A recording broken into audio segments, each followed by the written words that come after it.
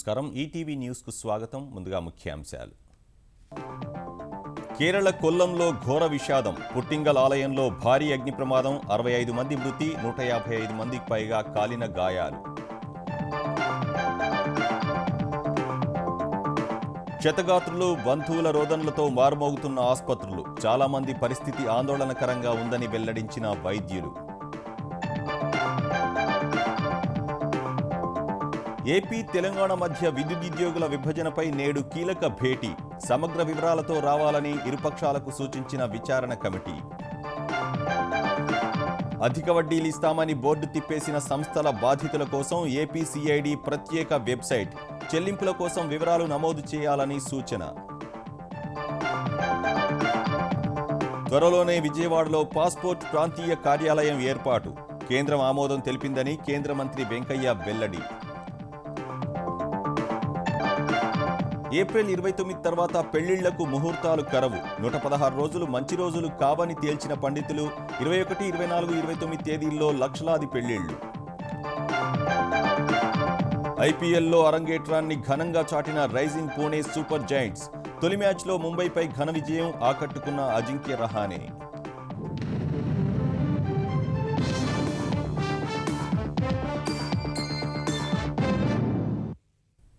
కేరళలో ఘోర విషాదం కొల్లంలోని పుట్టింగల్ ఆలయ ఉత్సవాల్లో అపశృతి ఆలయ వేడుకల్లో భాగంగా పేల్చిన బాణాసంచాతో అగ్ని ప్రమాదం చోటు చేసుకుని 75 మందికి పైనే మృత్యువాత పడ్డారు 200 మందికి పైనే గాయపడ్డారు పుట్టింగల్ ఆలయంలో నిన్న రాత్రి జరిగిన ఉత్సవాలకు కేరళ నలుమూలల నుంచి పెద్ద సంఖ్యలో భక్తులొచ్చారు ఈ ఉత్సవాల్లో భాగంగా బాణాసంచా పేలుస్తుండగా నిప్పురవ్వలు ఎగసిపడి ఒకచోట చిన్నగా రేగిన మంటలు ఒక్కసారి ఆలయం చుట్టుపక్కలకు వ్యాపించాయి ఇది గమనించిన ఆలయంలోని భక్తులు బయటకు పరుగులు తీసే ప్రయత్నం చేసినప్పటికీ నలువైపుల నుంచి మంటలు ఎగసిపడుతుండగా చాలామంది ఆ మంటల్లోనే కాలి బూడిదయ్యారు మరికొందరు తీవ్రమైన కాలిన గాయాలతో బయటపడగా చాలామంది మంటల్లో చిక్కుకొని హాహాకారాలు చేశారు ఈ హాహాకారాలతో పుట్టింగల్ ఆలయ ప్రాంగణం మొత్తం హృదయ విదారకంగా మారింది కాలిన గాయాలతో క్షతగాత్రులు మరోవైపు మంటల బారిన పడకుండా బయటపడిన వారు తమ వారి కోసం గాలిస్తూ చేసే అరుపులు కేకలతో ఆలయ ప్రాంగణంలో గందరగోళ పరిస్థితులు ఏర్పడ్డాయి వెంటనే అక్కడకు చేరుకున్న అగ్నిమాపక దళాలు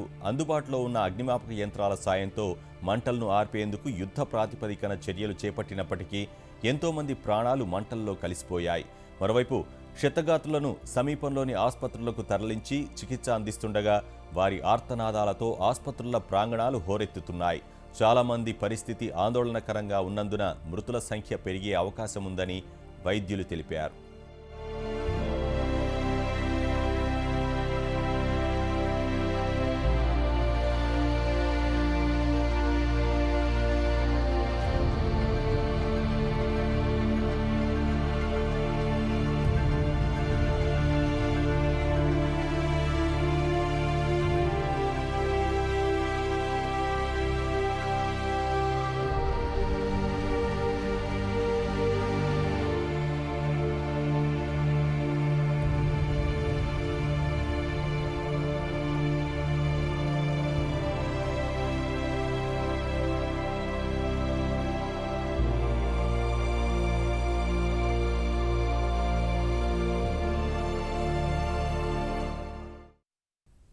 తెలుగు రాష్ట్రాల విద్యుదుద్యోగుల విభజన ఇవాళ ఓ కొలిక్కి వచ్చే అవకాశాలు కనిపిస్తున్నాయి ఈ అంశంపై సుప్రీంకోర్టు విశ్రాంత న్యాయమూర్తి జస్టిస్ ధర్మాధికారి సారథ్యంలో ఏర్పాటైన కమిటీ ఇవాళ కీలక భేటీ జరపబోతోంది ఈ సమావేశానికి విభజన జరిగితే రెండు రాష్ట్రాల నుంచి ఎంతమంది రిలీవ్ అవుతారు స్థానికతపై లెక్కలు తేల్చుకుని రావాలని హైకోర్టు ఏర్పాటు చేసిన జస్టిస్ ధర్మాధికారి కమిటీ సూచించింది ఈ మేరకు నిన్న జరిగిన భేటీలో విభజనకు సంబంధించి తమ మార్గదర్శకాలను తెలంగాణ ప్రతినిధులు కమిటీకి సమర్పించగా మార్గదర్శకాలను ఉమ్మడిగా కలిసి తయారు చేయాలంటూ ఆంధ్రప్రదేశ్ వాదించింది ఆంధ్రప్రదేశ్ స్థానికత ఉన్న ఉద్యోగులను ఇప్పటికే రిలీజ్ చేశామని ఏపీలో తెలంగాణ స్థానికత ఉన్న ఉద్యోగులను రిలీవ్ చేయమని తెలంగాణ ప్రతినిధులు కోరారు అయితే ముందు మార్గదర్శకాలు ఖరారు కాకుండా రిలీవ్ చేయలేమని ఆంధ్రప్రదేశ్ స్పష్టం చేసింది ఈ వాదనలు విన్న కమిటీ ఇరు రాష్ట్రాల్లో రిలీవ్ చేయాల్సిన ఉద్యోగులు ఎంతమంది ఉన్నారో తేల్చుకొని స్థానికత తదితర సమగ్ర వివరాలతో రావాలంటూ జస్టిస్ ధర్మాధికారి సమావేశాన్ని రేపటికి వాయిదా వేశారు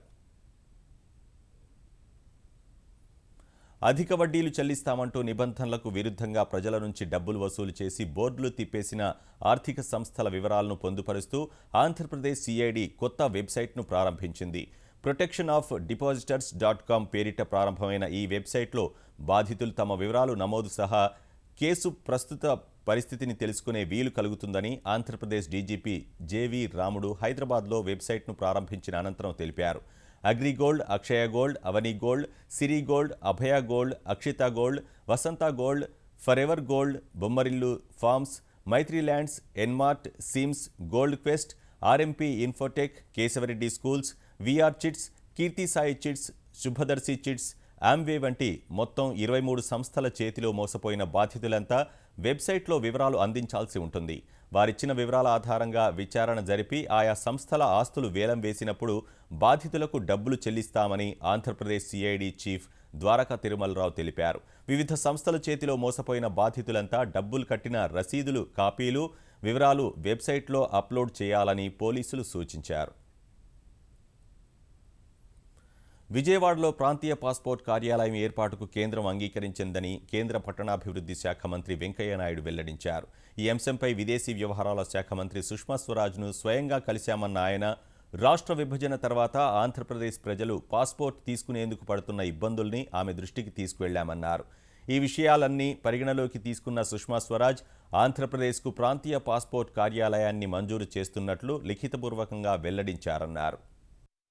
ఆంధ్రప్రదేశ్కు మీరు ప్రత్యేక పాస్పోర్ట్ కార్యాలయం విజయవాడలో ఏర్పాటు చేయమని కోరి ఉన్నారు. మీ కోరిక సరైనది. మీ కోరిక ప్రకారము నేను ఈ విషయాన్ని పరిశీలించి విజయవాడలో ప్రత్యేక పాస్పోర్ట్ ప్రాంతీయ కార్యాలయాన్ని ఏర్పాటు చేయాలని నిర్ణయించాము. ఈ కార్యాలయం ప్రస్తుతం విజయవాడలో పనిచేస్తుంది. కొత్త రాజధాని అమరావతిలో భవన నిర్మాణం పూర్తయిన తర్వాత ఈ పాస్పోర్ట్ కార్యాలయాన్ని అమరావతికి తరలిస్తామని చెప్పి సుష్మా స్వరాజ్ గారు నాకు ఉత్తరం రాశారు. వ్యక్తిగతంగా కూడా చెప్పారు. ఏళ్లుగా ఆరంభానికి నోచుకోకుండా ఉండిపోయిన విశాఖ వైద్య విజ్ఞాన సంస్థ విమ్స్ను ఈ నెల 11న ముఖ్యమంత్రి చంద్రబాబు ప్రారంభించనున్నారు. ఈ కార్యక్రమానికి కేంద్ర మంత్రులు వెంకయ్యనాయుడు, బండారు దత్తాత్రేయ హాజరు కానున్నారు. ప్రస్తుతానికి అవుట్ పేషెంట్ విభాగాన్ని ప్రారంభిస్తామని, త్వరలోనే పూర్తిస్థాయి వైద్య సేవలు అందిస్తామని విమ్స్ ఓఎస్డీ సుధాకర్ తెలిపారు. 350 పడకల ఈ ఆసుపత్రి అభివృద్ధి కోసం ఆంధ్రప్రదేశ్ ప్రభుత్వం మొత్తం 30 కోట్లు కేటాయించిందని, అందులో 22 కోట్లు విడుదల చేసిందని సుధాకర్ చెప్పారు. మొత్తం 10 వైద్య విభాగాల్లో సేవలందిస్తామని తెలిపారు. 99 ఎకరాల విస్తీర్ణంలో నిర్మించ తలపెట్టిన ఆసుపత్రికి 2007లో శంకుస్థాపన జరిగింది. సేవల్లో అందిస్తున్నప్పుడు ఏదైనా పేషెంట్కి ఏదైనా ప్రమాదవశాత్తు ఏమైనా జరిగిన ఇబ్బంది కాబట్టి మనం ఏం చేసామంటే ఎమర్జెన్సీ డిపార్ట్మెంట్ కూడా వెంటనే రెడీ చేస్తున్నాము. ఈ సేవలన్నీ అందించడానికి కొంచెం టైం పడుతుంది. 3 ఆపరేషన్ థియేటర్లు 50 పడకలు వేయటం జరిగింది. నుంచి డాక్టర్స్ ఇక్కడికి వచ్చి పర్మనెంట్గా పనిచేయరు. కేవలం ఓపీ సేవలకు మాత్రమే వాళ్ళని వినియోగించుకోవడం జరుగుతుంది. ఆల్రెడీ పోస్ట్ చేసిన 30 మంది డాక్టర్లు మాత్రం కంటిన్యూస్గా ఇక్కడ డ్యూటీలో ఉంచుతాం. దేశంలో పంచాయతీరాజ్ వ్యవస్థల బలోపేతమే లక్ష్యంగా ప్రత్యేక చర్యలు ప్రారంభం కానున్నాయి. ఈ మేరకు జాతీయ పంచాయతీ దినోత్సవం సందర్భంగా సాంఘిక సామరస్యం, గ్రామసభ, గ్రామ కిసాన్ సభ వంటి కార్యక్రమాల ద్వారా అందరికీ పంచాయతీరాజ్ వ్యవస్థపై చైతన్యం కలిగించనున్నారు. ఆంధ్రప్రదేశ్లో ఈ కార్యక్రమాలతో పాటు స్వచ్ఛ భారత్, సాంస్కృతిక, గ్రామీణ క్రీడలు, వయోవృద్ధుల కోసం పలు పోటీలకు శ్రీకారం చుడుతున్నారు. గ్రామ్ ఉద్యోగ్ సే భారత్ ఉదయ్ అభియాన్ పేరిట ఈ నెల 14 నుంచి 24 వరకు దేశవ్యాప్తంగా అన్ని పంచాయతీల్లోనూ ప్రత్యేక కార్యక్రమాలు నిర్వహించనున్నారు. 14 నుంచి 16 వరకు సాంఘిక సామరస్య కార్యక్రమాలు, 17 నుంచి 20 వరకు గ్రామ కిసాన్ సభలు, 21 నుంచి 24 వరకు గ్రామ సభలు నిర్వహిస్తారు.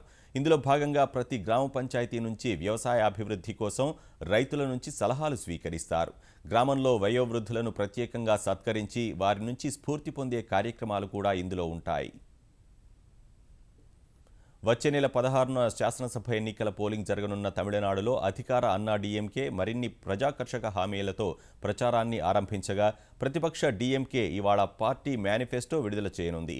చెన్నై ఆర్కేపురంలో నిర్వహించిన మొట్టమొదటి ఎన్నికల ప్రచార సభలో అశేష సంఖ్యలో తరలివచ్చిన జనవాహిని మధ్య మరోసారి అధికారానికి వస్తే తమిళనాడులో దశలవారీ మద్య నిషేధం అమలు చేస్తామని ముఖ్యమంత్రి అన్నా డీఎంకే అధినేత్రి జయలలిత ప్రకటించగా, డీఎంకే కూడా ఈ దశలోనే పలు ప్రజాకర్షక హామీలతో తమ ఎన్నికల ప్రణాళికను విడుదల చేసేందుకు సిద్ధమైంది. ఇప్పటికే అన్నా డీఎంకే సర్కార్ ఉచిత బియ్యం, ఆహారం సహా అనేక సంక్షేమ కార్యక్రమాలను సమర్థంగా అమలు చేస్తున్నందున ఈసారి ఓటర్లను తమ వైపుకు తిప్పుకునే ఉద్దేశంతో డీఎంకే రైతు రుణమాఫీని ప్రకటించే అవకాశాలున్నట్లు తెలుస్తోంది. మరోవైపు తమిళనాడు శాసనసభ ఎన్నికల్లో అన్నా డీఎంకే డీఎంకేలకు ప్రత్యామ్నాయంగా పొత్తు పెట్టుకున్న డీఎండీకే అధ్యక్షుడు విజయకాంత్, వైగో, జీకే వాసన్ వామపక్షాలు, వీసీకేలు ప్రజా సంక్షేమ కూటమి పేరుతో ఎన్నికల బరిలోకి దిగాలని నిర్ణయించాయి.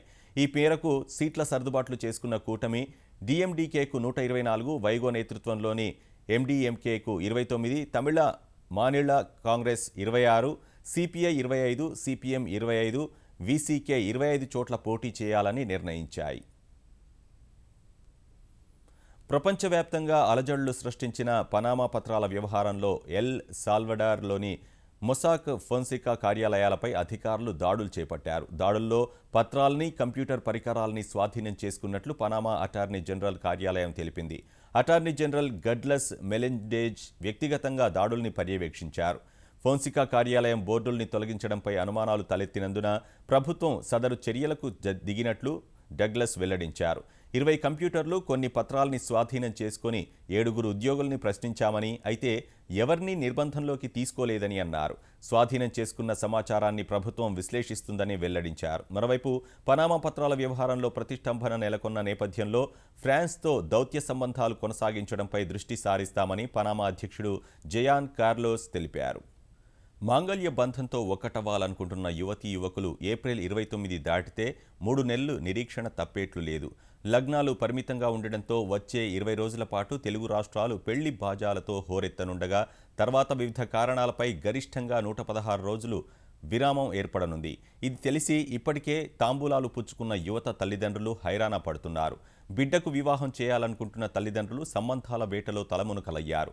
ప్రధానంగా ఈ నెల 21, 24, 29 తేదీల్లో ఒకే రోజు దేశవ్యాప్తంగా లక్షలాది జంటలు వివాహ బంధంతో ఒకటి కానున్నాయి. లేకుంటే తిరిగి ఆగస్టు 6 వరకు ఆగక తప్పదు.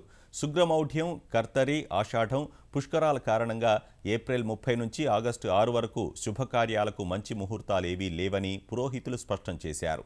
పుష్కరాలు జరిగే కృష్ణానది పరివాహక ప్రాంతాల వారైతే ఆగస్టు 23 వరకు ఆగాల్సిందే. ఆ తర్వాత కూడా సెప్టెంబర్ 11 నుంచి అక్టోబర్ 10 వరకు గురుమౌఢ్యం కారణంగా ఎలాంటి శుభకార్యాలు చేయకూడదని పండితులు చెబుతున్నారు. వేసవి ఆరంభంలోనే తాగునీటికి తీవ్ర కొరత తలెత్తిన ప్రస్తుత పరిస్థితులను దృష్టిలో పెట్టుకుని ప్రతి ఒక్కరూ బాధ్యతగా వ్యవహరిస్తేనే భవిష్యత్తులో నీటి కష్టాలు రాకుండా ఉంటాయని ఈనాడు ఈటీవీ నిర్వహిస్తున్న సుజలాం సుఫలాం సదస్సుల్లో వక్తలు పిలుపునిచ్చారు. భవిష్యత్తులో సమృద్ధిగా నీరు దొరకాలంటే ఇంకుడు గుంతలు తవ్వడం నుంచి వర్షపు నీటిని ఒడిసి పట్టుకునేందుకు ఉన్న అవకాశాలన్నీ వినియోగించుకోవాలని సదస్సుల్లో సూచించారు. జల సంరక్షణే ధ్యేయంగా ఈటీవీ ఈనాడు కలిసి నిర్వహిస్తోన్న సుజలాం సుఫలాం సదస్సులు ఉద్యమ స్ఫూర్తితో కొనసాగుతున్నాయి. ఈ మేరకు తెలంగాణలోని వరంగల్, ఆదిలాబాద్, నిజామాబాద్ జిల్లాల్లో చేపట్టిన జల సంరక్షణ సదస్సుల్లో వక్తలు ఇంకుడు గుంతల ప్రాధాన్యాలను వివరించారు. నీటి పొదుపు విషయంలో యుద్ధ ప్రాతిపదికన చర్యలు తీసుకోకపోతే భవిష్యత్తులో నీటి యుద్ధాలు తప్పవని వరంగల్ జిల్లా తొర్రూరు మండలంలో వక్తలు హెచ్చరించారు. ఆదిలాబాద్ జిల్లా దండేపల్లిలో నిర్వహించిన సదస్సులో జలవనరులను సంరక్షించుకోవాల్సిన బాధ్యత ప్రతి ఒక్కరిపై ఉందని కోరారు.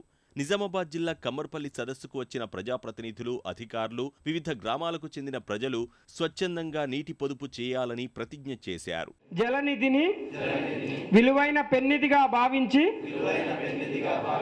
ఒక్క నీటి బొట్టును వృధా చేయనని ప్రతిజ్ఞ చేస్తున్నాం. జలం లేనిదే జనం లేదు, జనం మనుగడ అంతకన్నా లేదు అనేటువంటి దాంతో మనం వెళ్లాల్సింది. కేవలం ప్రచారాల వరకే పరిమితం కాకుండా ఈ ప్రణాళికలు క్షేత్రస్థాయిలో రూపొందితే తప్ప దీనికి శాశ్వతమైనటువంటి పరిష్కారం లభించదు. ఇంకుడు గుంత టైప్లో పాండ్స్ చేసుకుంటే ఖచ్చితంగా నీటి నిల్వ ఉండి మనకు బోరు పడే అవకాశం 100% అని మేధావులు చెప్తున్నారు. దాన్ని మనం ప్రతి ఒక్కరు కూడా బాధ్యతగా తీసుకొని ఖచ్చితంగా ఈ నీటి నిల్వలను సాధించినట్టయితే అసలు నీరు కొనాల్సిన పరిస్థితి ఉండకపోయింది. ఈ వాడుతున్న నీటి వాడకాన్ని సక్రమంగా మనం వాడినట్లయితేనే లీకేజ్ లేకుండా, తర్వాత వేస్టేజ్ లేకుండా మనం నల్ల ఆన్ చేస్తాం, ఇంటికి వచ్చేస్తూ ఉంటాం, నీళ్ళు పట్టకపోతారు, జరుగుతూ ఉంటుంది. ఇవన్నీ సక్సెస్ కావాలంటే ప్రజలలో చైతన్యం రావాలా.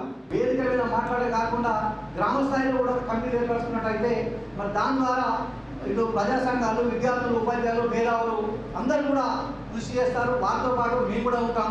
ఈ వేదికను మాట్లాడి ఇక్కడ కాకుండా దీన్ని కొంచెం ఇంకా ముందుకు వెళ్ళాలంటే గ్రామ స్థాయిలో తీసుకువెళ్ళాలి, పట్టణ స్థాయిలో తీసుకువెళ్ళాలి. నీటిని కాపాడడము, ఇంకుడు గుంతల ద్వారా మన గ్రౌండ్ వాటర్ పెంచడానికి నా వంతు బాధ్యత ఉంది అని చెప్పేసి అందరు కూడా భావించి ప్రతి ఒక్కళ్ళు కూడా దాన్ని స్ఫూర్తిగా తీసుకో. ఈ యొక్క నీటిని కాపాడడానికి రాబోయే కాలంలో వర్షాలు పెరగడానికి నా వంతుగా ఏం చేయాలి అన్నది ప్రతి ఒక్కళ్ళు నిర్ణయం తీసుకోవాల్సిన అవసరం ఉంది. ఆంధ్రప్రదేశ్ నెల్లూరులో నిర్వహించిన సదస్సులో పాల్గొన్న జిల్లా సంయుక్త కలెక్టర్, జెడ్పీ చైర్మన్ సహా భూగర్భ జలవనరుల శాఖ అధికారులు నీటిని పొదుపుగా వాడటం సహా ఇంకుడు గుంతలతో భూగర్భ జలాలను పెంచుకోవచ్చని పేర్కొన్నారు. ఇళ్లు కట్టుకునే సమయంలోనే ఇంకుడు గుంతలను తవ్వించుకోవాలని సూచించారు. హౌస్లో చేసేటప్పుడు కూడా ప్రతి ఒక్కరు కూడా ఇండిపెండెంట్ హౌస్ దగ్గర నుంచి అపార్ట్మెంట్స్ వరకు రెయిన్ వాటర్ హార్వెస్టింగ్ చేయాలనేది మొదటి చెప్తున్నారు, కానీ ఇంప్లిమెంటేషన్ జరగడం. వాటర్ని సేవ్ చేసుకున్న వల్ల ఖచ్చితంగా ఇదంతా ప్రకృతితో పాటు వాటర్ అయితేనేమి ఇటు వచ్చినప్పుడు ఎక్కడ సముద్ర పాలు పోకుండా దాన్ని సేవ్ గార్డ్ చేసుకోవడం, వీటిలన్నిటి కూడా సో మెనీ ఎఫెక్ట్స్. వీటిలన్నింటిలో కూడా మనం సేవ్ గార్డ్ చేసుకుంటే ఖచ్చితంగా వాటర్ టేబుల్ పెరుగుతుంది. సుజలాం సుఫలాం ఆవశ్యకతను తెలియజేస్తూ కస్తూర్బా కళాక్షేత్రం నుంచి జిల్లా పరిషత్ కార్యాలయం వరకు విద్యార్థులు భారీ ప్రదర్శన నిర్వహించారు. జల సంరక్షణపై విద్యార్థులకు అవగాహన కల్పించడంతో పాటు పాఠశాలల్లో ఇంకుడు గుంతలు నిర్మించి అందరికీ ఆదర్శంగా నిలిచారు కరీంనగర్ జిల్లా గోదావరిఖని ప్రభుత్వ పాఠశాల ఉపాధ్యాయులు. నీటిని వృధా చేస్తే రానున్న తరాలకు నీటి కష్టాలు తప్పవంటూ విద్యార్థులకు బోధించిన ఉపాధ్యాయులు భూగర్భ జలాల పెంపు కోసం పాఠశాల ఆవరణలో ఇంకుడు గుంతలు నిర్మించారు. కేవలం పాఠశాల ఆవరణతోనే కాదు, ప్రతి ఇంటిలో ఇంకుడు గుంతల నిర్మాణాన్ని ఉద్యమంలా చేపట్టేలా కృషి చేస్తామని ప్రతిజ్ఞ చేశారు. 25 అడుగుల లోతు బావిలో కూరుకుపోయిన ఓ వ్యక్తి 7 గంటల తర్వాత ప్రాణాలతో బయటపడిన అద్భుతం ఖమ్మం జిల్లా చింతకాని మండలం పాతర్లపాడులో జరిగింది. పాతర్లపాడుకు చెందిన సైదులు మరో కూలీతో కలిసి పెరట్లోని బావిలో పూడిక తీసేందుకు దిగాడు. సైదులు పనిలో ఉండగానే ఒక్కసారి ఒరలు, మట్టిపెళ్లలు విరిగిపడి అతను వాటి కిందే కూరుకుపోయాడు. ఇది తెలుసుకుని అక్కడకు చేరుకున్న స్థానికులు అతన్ని బయటకు తీసే ప్రయత్నాల్లో ఉండగానే మరిన్ని మట్టిపెళ్లలు పడి సైదులు కనిపించకుండా పోయాడు. ఈ సమయానికి అక్కడకు చేరుకున్న విపత్ సహాయక బృందాలు 6 గంటలు శ్రమించి మట్టిపెళ్లలు తొలగించాయి. అదృష్టవశాత్తు సైదులకు ఓ అడుగు ఎత్తులో బండరాయి మట్టిపెళ్లలకు అడ్డుగా నిలిచిందని అతడు ప్రాణాలతో బయటపడ్డాడు. వెంటనే అతడికి ప్రాథమిక చికిత్స చేసిన 108 సిబ్బంది ఖమ్మం ప్రభుత్వాసుపత్రికి తరలించారు. అణ్వాయుధ ప్రయోగాలు, వరుస క్షిపణి పరీక్షలతో ప్రధాన ప్రత్యర్థులైన అమెరికా, దక్షిణ కొరియాకు కంటి మీద కునుకు లేకుండా చేస్తున్న ఉత్తర కొరియా తాజాగా ఖండాంతర రాకెట్ ఇంజన్ను విజయవంతంగా పరీక్షించినట్లు ప్రకటించింది. ఉత్తర కొరియా కేంద్ర వార్తా సంస్థ ఈ విషయాన్ని వెల్లడించింది. అమెరికా ప్రధాన భూభాగాన్ని తాకే సామర్థ్యం గల క్షిపణి తయారీకి ఉత్తర కొరియా ఎప్పటినుంచో ప్రయత్నాలు చేస్తోంది. ఐక్యరాజ్యసమితి ఆంక్షలు, అగ్రరాజ్యాల హెచ్చరికలను ఖాతరు చేయకుండా కిమ్ జాంగ్ ఉన్ ప్రభుత్వం ముందుకు సాగుతోంది. అయితే ఒంటరిగా బాలిస్టిక్ క్షిపణిని తయారు చేసే సత్తా ఉత్తర కొరియాకు లేదని దక్షిణ కొరియా చెబుతోంది. తాజా ప్రయోగం నిజమైతే ఉత్తర కొరియా అణు కార్యక్రమంలో పెద్ద ముందడుగు పడినట్లే అని విశ్లేషకులు అంచనా వేస్తున్నారు. ఇంతకాలం అక్షరాలు దిద్దిన చిట్టి చేతులు వేసవి సెలవుల్లో సేద తీరుతామనేసరికి నీటి కష్టాలు కూరుకుపోవాల్సిన దుస్థితి. బడి చదువు ముగిసి సెలవుల్లో ఆటలాడుకునే అవకాశం ఉంటుందనుకునే పరిస్థితి మధ్యప్రదేశ్లోని దిండోరి గ్రామంలో చిన్నారులకు లేదు. ఎండకు ఎండుతూ గుక్కెడు తాగునీటి కోసం బిందెడు చెమట చుక్కల్ని దారపోసే పరిస్థితి ఈ చిన్నారులది. కుటుంబ సభ్యులు పనికి వెళితే ఇంటిల్లిపాదికి తాగునీరు అందించే బాధ్యత తీసుకుంటున్నారు. ఆటల్లో పోటీ పడాల్సిన ఆ పసిమొగ్గలు 100 అడుగుల లోతు బావుల్లో నుంచి నీటిని తోడేందుకు కుస్తీ పడుతున్న తీరు నీటి యాతనకు ప్రత్యక్ష ఉదాహరణగా నిలుస్తోంది. ఇలాంటి గ్రామాలు మధ్యప్రదేశ్లో చాలానే ఉన్నాయని అధికారులు చెబుతుండగా నీటి పొదుపు పాటించి నీటి వనరులు కాపాడుకుంటే ఈ పరిస్థితి ప్రతిచోటా తప్పదని పర్యావరణవేత్తలు చెబుతున్నారు. దేశ రాజధాని ఢిల్లీలో వాయు కాలుష్య నియంత్రణ కోసం సరి బేసి సంఖ్యలుండే కార్లను అనుమతించే విధానాన్ని ఏప్రిల్ 15 నుంచి అమలు చేయాలని నిర్ణయించిన ఢిల్లీ సర్కార్ ఈ విధానాన్ని నెలకు 15 రోజులు అమల్లోకి తెచ్చే అంశాన్ని పరిశీలిస్తోంది. ఈ మేరకు ప్రకటించిన ఢిల్లీ ముఖ్యమంత్రి అరవింద్ కేజ్రీవాల్ ప్రజా రవాణా వ్యవస్థను బలోపేతం చేసేందుకు శాశ్వత ప్రాతిపదికన సరి బేసి సంఖ్యల వాహన విధానాన్ని అమలు చేయలేమన్నారు. ప్రస్తుత ఈ విధానం అమల్లో ఉన్నప్పుడు వీఐపీలు, సీఎన్జీ కార్లు, మహిళలు నడిపే వాహనాలు, అంబులెన్స్లు, వికలాంగులను తీసుకువెళ్లే కార్లకు మినహాయింపు ఉంటుందని కేజ్రీవాల్ వివరించారు. పాఠశాలలకు వెళ్లే చిన్నారులకు తీసుకువెళ్లే కార్లకు కూడా మినహాయింపు ఇస్తున్నట్లు వివరించారు. సరి బేసి విధానం అమల్లో ఉన్నప్పుడు ఢిల్లీ మెట్రో 3248 సర్వీసులు అదనంగా నడుపుతుందని ఢిల్లీ ముఖ్యమంత్రి వివరించారు. ఇదే సమయంలో మెట్రో రైళ్లకు 30 అదనపు బోగీలు వేస్తామని పేర్కొన్నారు. ఈ కార్యక్రమంలో ఢిల్లీ ముఖ్యమంత్రి అరవింద్ కేజ్రీవాల్కు చేదు అనుభవం ఎదురైంది. సరీ బేసి సంఖ్యల వాహన విధానంపై కేజ్రీవాల్ మీడియా సమావేశం నిర్వహిస్తుండగా సిఎన్జి స్టిక్కర్ల పంపిణీలో అక్రమాలపై ఫిర్యాదు చేసిన సీఎం సరిగా స్పందించలేదంటూ ఓ వ్యక్తి బూటు విసిరాడు. వెంటనే గ్రహించిన కేజ్రీవాల్ మద్దతుదారులు అతన్ని బంధించి దాడి చేశారు. బూటు విసిరిన వ్యక్తి ఆమ్ ఆద్మీ పార్టీ చీలిక విభాగమైన ఆమ్ ఆద్మీ సేన కార్యకర్తగా భావిస్తుండగా ఈ ఘటన తర్వాత అక్కడ కాసేపు గందరగోళ వాతావరణం నెలకొంది. ఈటీవీ న్యూస్ సమాప్తం. నమస్కారం.